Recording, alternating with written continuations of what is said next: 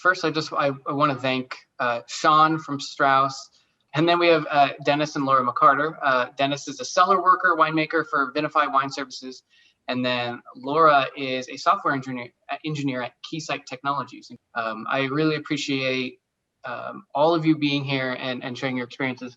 So what we're going to go over today, we have about a half hour of a panel, and we want to talk about these individuals' particular career, how they got there, explain.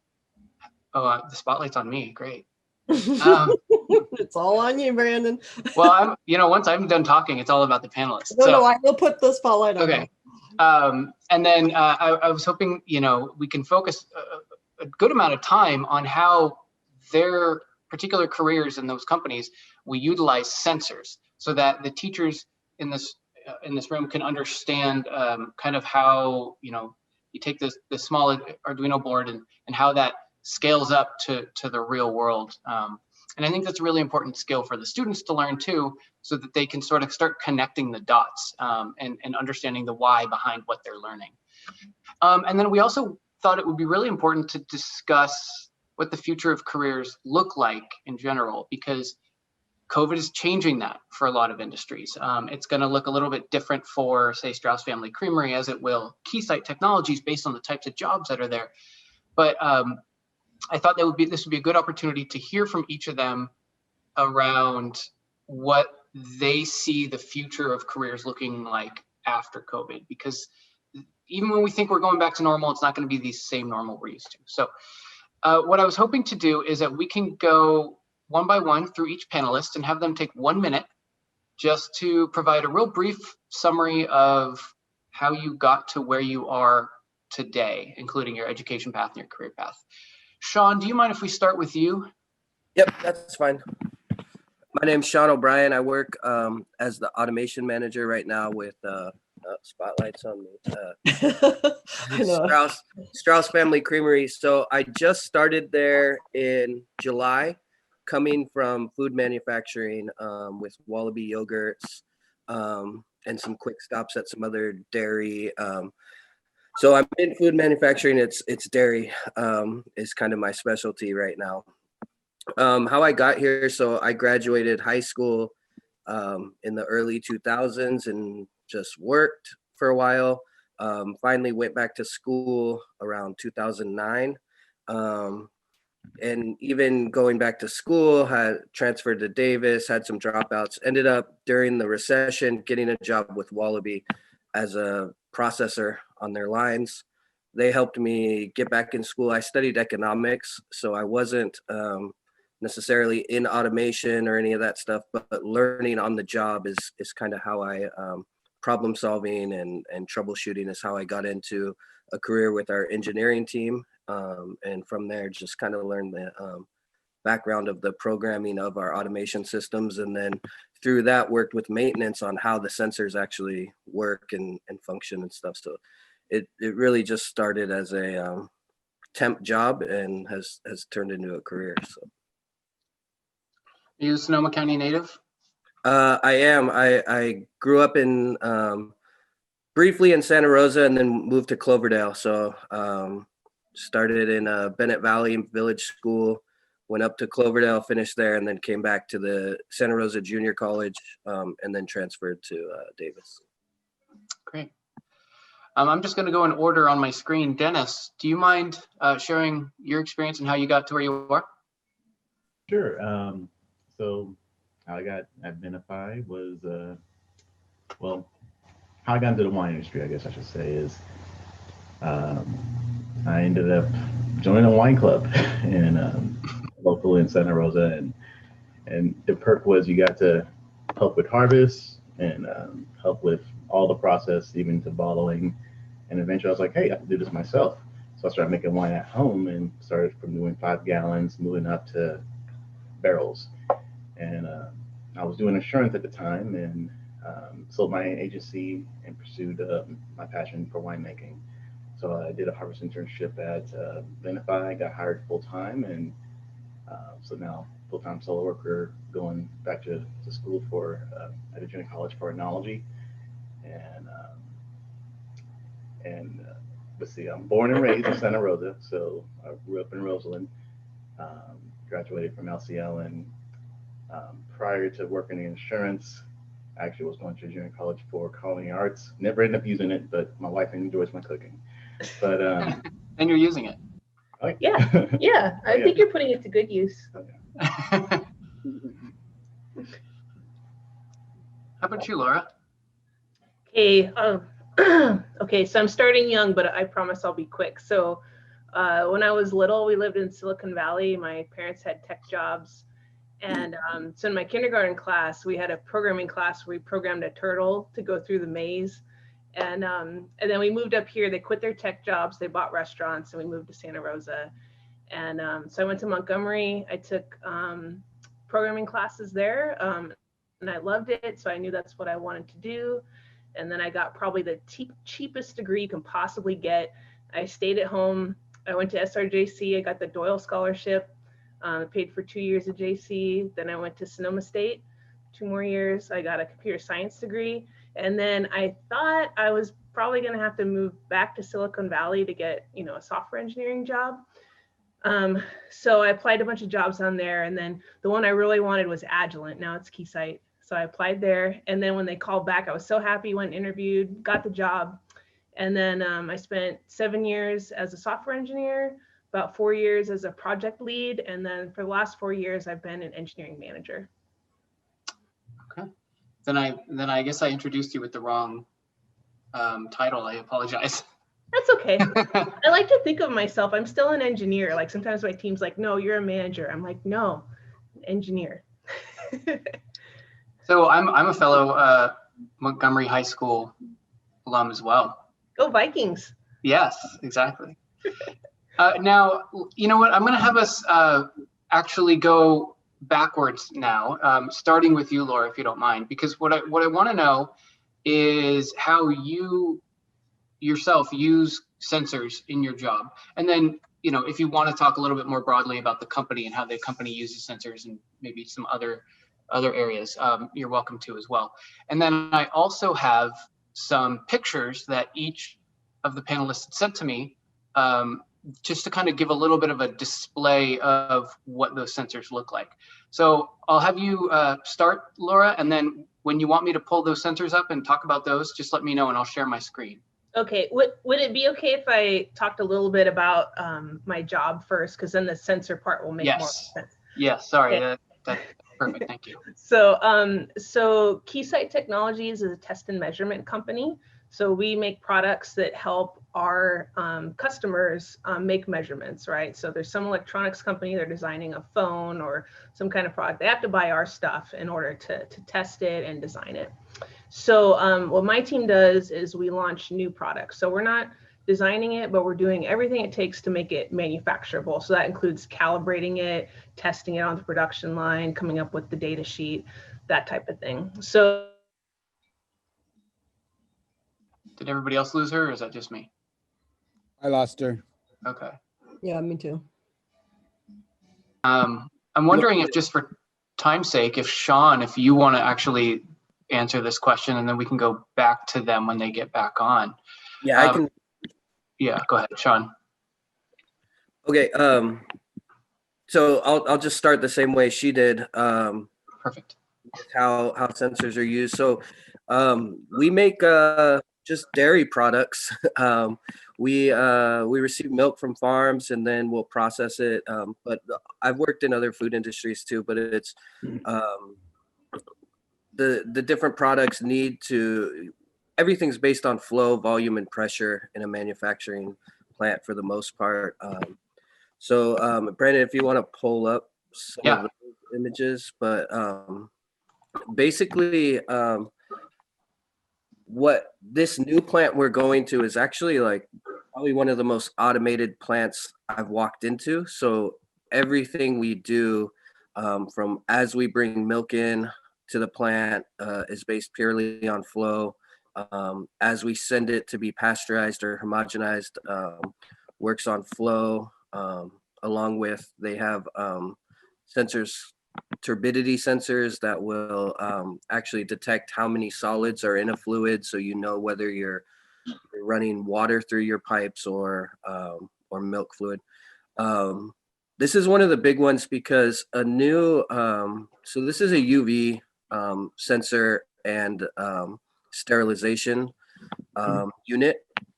So what happens is in between, to minimize loss of milk and minimize loss of water, because we're trying to be a sustainable industry, we want to be able to like push our product with water at the end of runs, so we're getting all the milk out of the lines, kind of to maximize our profit. So in order to do that, you'd have to like normally pasteurize that water to make it legally compliant.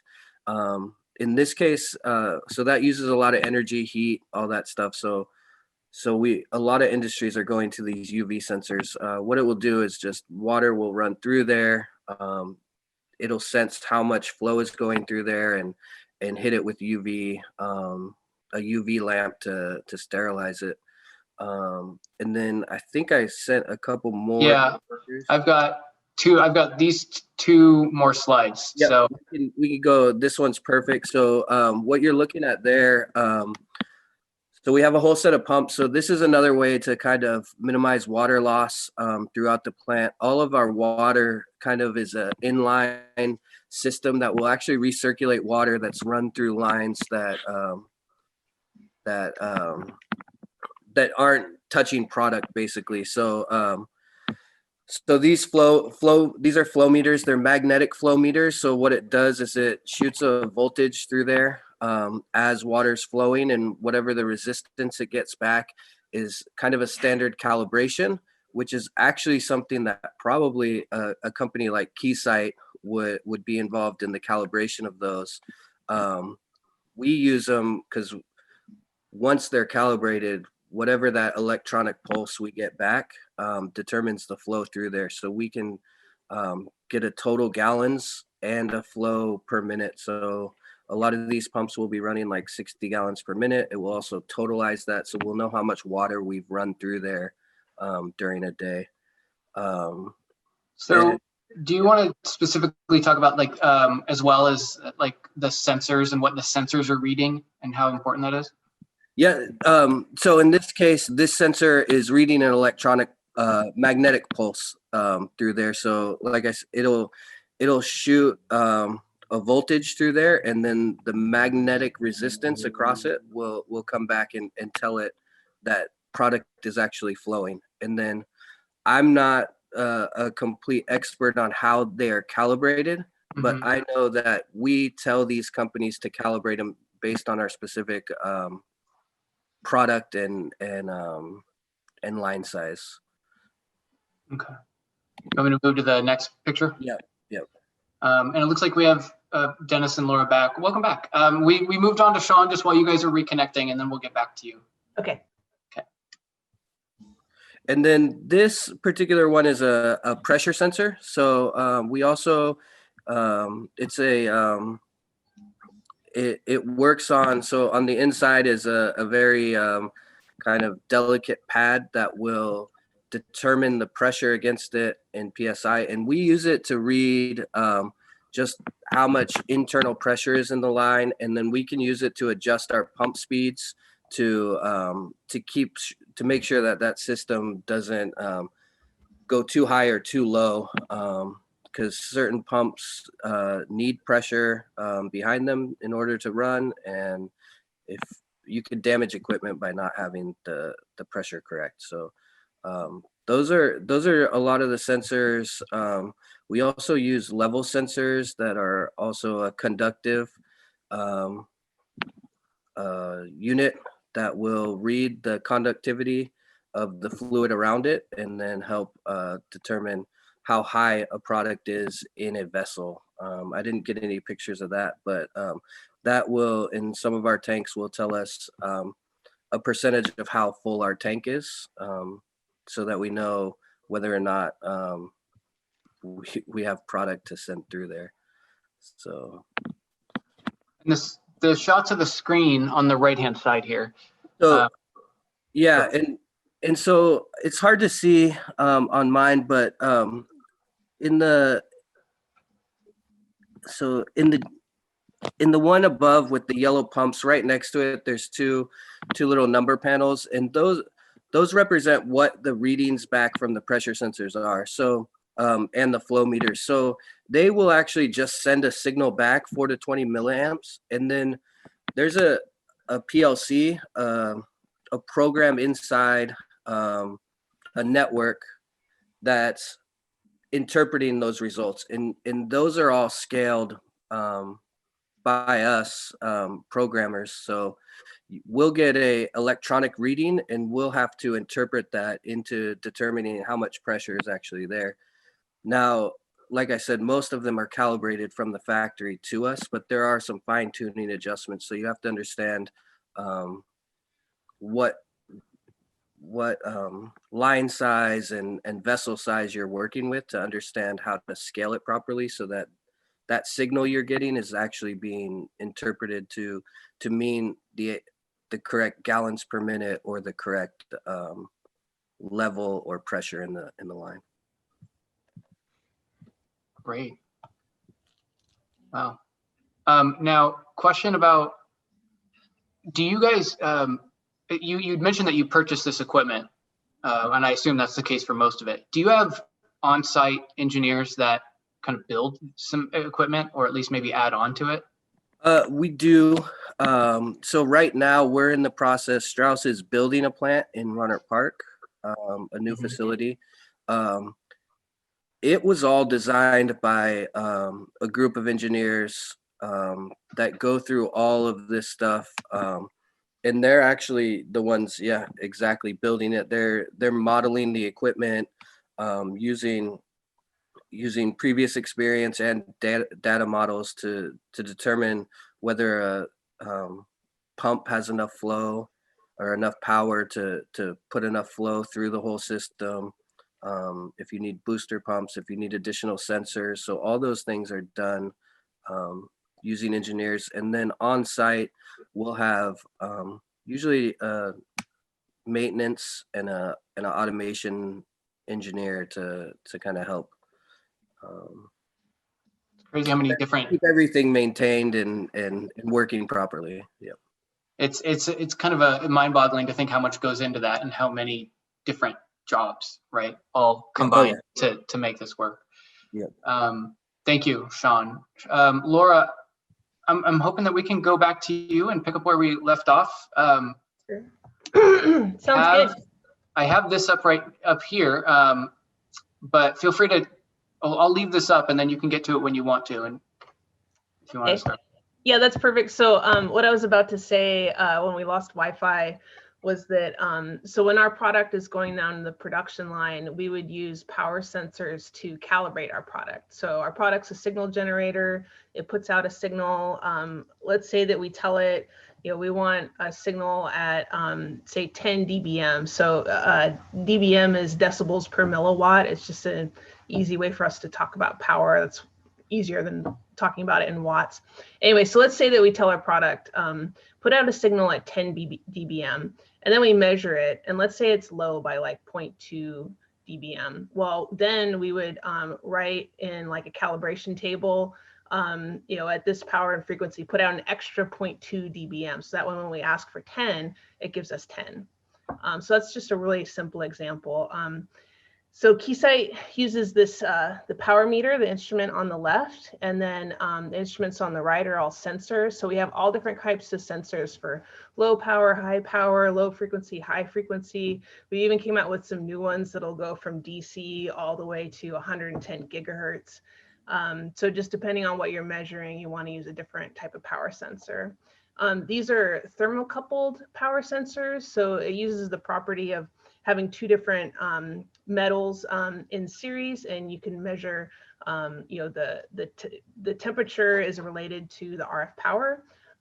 So based on the temperature, you can accurately say what the power is. So it's that type of sensor. And yeah, I guess that's it. So we have all types of, calibrations for our instrument. And we'd use power sensors in lots of different types of measurements so that when we ship it to the customer, we know that it's performing accurately, because our instrument has to be more accurate than the customer's product. Mm. You know, I actually Googled Keysight sensors just because the image on there on the left that you sent me was kind of grainy. So I was like, oh, I wonder if I can just find a higher quality, which I could. But I was blown away when just Googling Keysight sensors. It was just, there was just so many different types. Right? Yeah, it's crazy. And I've been to Keysight a handful of times, and it's just a testament to how much technology goes on in those walls. And there's when you walk in, if you ever get a tour there, which after COVID, I would recommend anybody here take a tour at Keysight. But they've got this wall full of patents. It's just like literally like size 12 font almost, and they're just, it's an entire wall riddled with patent numbers. And I think it's incredible how much innovation happens at Keysight, and how we all use their technology and have never knew about it. You know, every cell phone, for example. Yes. Dennis, you want to talk about what you do in your job and then how that relates to these sensors? Sure. Yes. So I'm a solo worker for Vinifiy. What I do is I help the winemaker make their wine. Everything from sorting grapes to processing the fruits to fermentation to barrel aging to bottling. When the grapes do come in, we process the fruit, crush them to stem it. We usually do a cold soak, and we use the refractometer to measure the sugars and the temperature. And so another term for to measure the sugar levels is Brix, which means which is a percentage of liquid to sugar ratio. So if you measure a solution that has 25% Brix, then that's going to tell you that that's probably going to be 15% alcohol. And also then we also use the pH meter to measure the pH and acid levels, as we want to make sure that we don't have too high of acid or too low of acidity level. As if you have anything that's if you have a pH that's 3.8, your wine may be susceptible to spoilage. And then when the must begins to ferment, we use the antipar, and that's a nice little handheld device. We're able to monitor when the Brix are reducing. We can monitor how quickly the must is fermenting, and if we need to add any chemical additions, yeast nutrients, and whatnot. So the device. So which of the devices, like which ones are we looking at here on screen, based on what you had mentioned? All right. So the long tall device. It says, let's see, Toledo. That's going to be the antipar, and so that makes it possible to use a small amount of liquid to measure the Brix and temperatures. Normally, if we were to use a standard hydrometer, we would have to use 200 milliliters of liquid, which is almost like a cup, and that could be a waste. And so to reduce waste, we just use barely 20 mils instead. The pH meter is going to be in the center, and on the very end, you're going to see the electronic refractometer, which uses light to measure the density of the liquid. Okay. You know what I think is interesting, and maybe I'm just assuming this based on your head nodding, Sean, but you're sitting there nodding your head like you are understanding what he's talking about when he's talking about measuring Brix and stuff like that. And is that concept also there for you and dairy? Yeah. So Interesting. both on our chemical side and our product side. When we're adding flavors and stuff to our yogurt or milk, we'll use that Brix, and then for our chemicals and stuff for cleaning, we'll use the pH meters and stuff. So, and in beer making, you'll use a hydrometer. So. I knew it. Yeah, you knew it. Well, what I think is I think that's a perfect way to kind of wrap that part of the discussion up, is because we're learning that whether it's, say, if it's wine or if it's dairy or if it's beer or whatever, that those same types of sensors and that same measurement is used, throughout that kind of whole industry. And I'm talking like whole consumables, food and beverage manufacturing industry, which really kind of opens up that world, right? Just to understand one part of it means that you can transfer that to different careers and different industries across the board, which is really cool.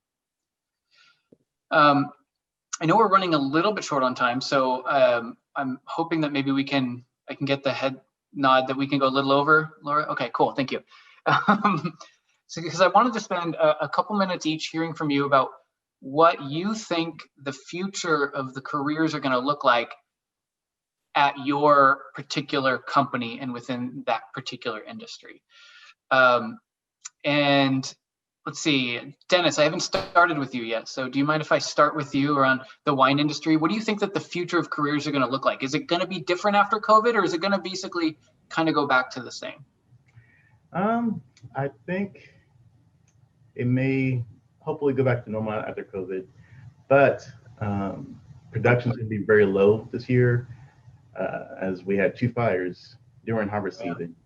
And many wineries, including the one I work for, we only did 40% of production this year. And one of the reasons is many wineries want to avoid what's called smoke taint, where the wine's going to have a smoky aroma, and it's going to, unless you like having barbecue with it, it just won't be as good. Tasting rooms, when they do open up, I think, sales for some wineries will increase. But for now, it's for boutique wineries, it's kind of tough. So. Yeah, I can imagine, especially, when you're doing winemaking, it's not like something you can do over Zoom. So I could see how that, you just hope it goes back to normal. Yeah. Laura, what about you? Keysight's a little bit different, right? Yeah. In that sense. Yeah, I mean, I think the tech industry has always been on the forefront of working from home and that being okay. Now, at Keysight, I think COVID kind of turned everything on its head because, there were some jobs that could be totally remote, and there were other jobs where we'd say you need to be on site. So, for example, for my team, if someone asked me a year ago, hey, can I work remotely for like a couple weeks? I would say, no, you could maybe do it for a week and then you need to take vacation for the rest of it, because I want my team on site. So when there's a problem on the production line, they can run out there and have it fixed quickly. I don't want to hear, oh, I'll be there in an hour. So, and then when COVID happened, I mean, we worked completely remotely for 2 months, and I didn't think it could be done, but we did it, and the line kept moving and we kept shipping product. So I think that Keysight's always had jobs that are okay to be remote, but I think it's going to have even more jobs that are okay to work from home. That reminds me of so I actually did a virtual panel conversation with a couple others from Keysight, and it was specifically focused on the future of careers. And they were talking about that, on how, things have changed, and we're realizing that it's not like everything comes to a halt when people are not under the same roof. Mm-hmm. From a different conversation with somebody from Medtronic here in Santa Rosa as well, just down the hill from you guys, the manager was saying, in the past, you used to have to justify why you needed to work from home. Mm-hmm. Going forward, you're going to have to justify why you need to go into work. Because business changes, and overhead costs money, and if that can be reduced in any way and still have the same output, why not, right? Yeah. Sean, what about you? So really, I mean, protections. So in food manufacturing, the protections have kind of increased a little bit, as far as keeping people safe, but on the operations side, in the production, not much has changed, except for just the level of kind of further responsibility the team has to keep environments sanitary and all that stuff. I do think maybe long term it might change, just as we see, but I think the industry is going that way anyway, with the automation of tasks away from people. So I mean, definitely it might increase the rate at which companies decide to start financing automation and stuff to kind of keep the number of personnel on the floor at any given time kind of lower, and especially with people having to take time off for that, they kind of lose that productivity. So short term, I don't see. It's kind of been running. We're an essential business, so it's been humming along. Sales have been bigger than expected, even with this. So it's yeah. I think long term it'll change more rapidly, but nothing immediately. Yeah, speaking of automation, we CT Foundation did a virtual with a company called Blendtec, and they make food manufacturing and large scale food processing machines. And the discussion was all about automation, and how as companies are continually increasing, and he's seeing that during COVID, that's actually increased. They're selling more machines than they used to. And I think you're right. It's because a lot of companies are trying to figure out how to automate a little bit more and have less people there on the floor. But we did discuss in that conversation, and this is for the teachers. We did discuss in that conversation how to get ahead of that, right? Like there are still jobs with automation, and people have to build the machines, people have to run the machines, and knowing what's coming is really important for the students. So. Brandon, when you did the Keysight tour, did you see our Yellowstone robot? I've heard of it. I have heard of it because I have heard of it from Leah. She had mentioned it when we were discussing virtual activities to do there, but no, I haven't seen it. So this is like 100-foot-long robot that we put our product, into, and it just runs around to different test stations. It's actually on like rollerblade wheels, a little platform. And so it goes around to different test stations, and the robot connects it, and it gets all its testing done 24/7. Where a person used to do that, right? Connect it up. Right. But we're automating. Yeah, and it's interesting because when you walk through Keysight, you'll see both, right? You'll see people by hand putting pieces together, building literal boxes full of technology. But then you'll also see an assembly line like that, right? And sooner or later, 10 years, 20 years, 30 years from now, how much are we going to use human beings to put that together? I don't know. So, well, thank you, Dennis, Laura, Sean. We so appreciate you taking the time and going over time a little bit with us. Thank you so much. Coming in. Thanks, everyone. Cheers.